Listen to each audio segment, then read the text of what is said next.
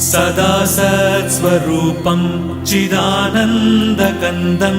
जगत्सम्भवस्थानसंहारहेतुं स्वभक्तेच्छया मानुषं दर्शयन्तम् नमामीश्वरं सद्गुरुं साईनाथं नमामीश्वरं सद्गुरुं साईनाथम् भवद्ध्वान्तविध्वंसमार्ताण्डमीड्यं मनोवागतीतं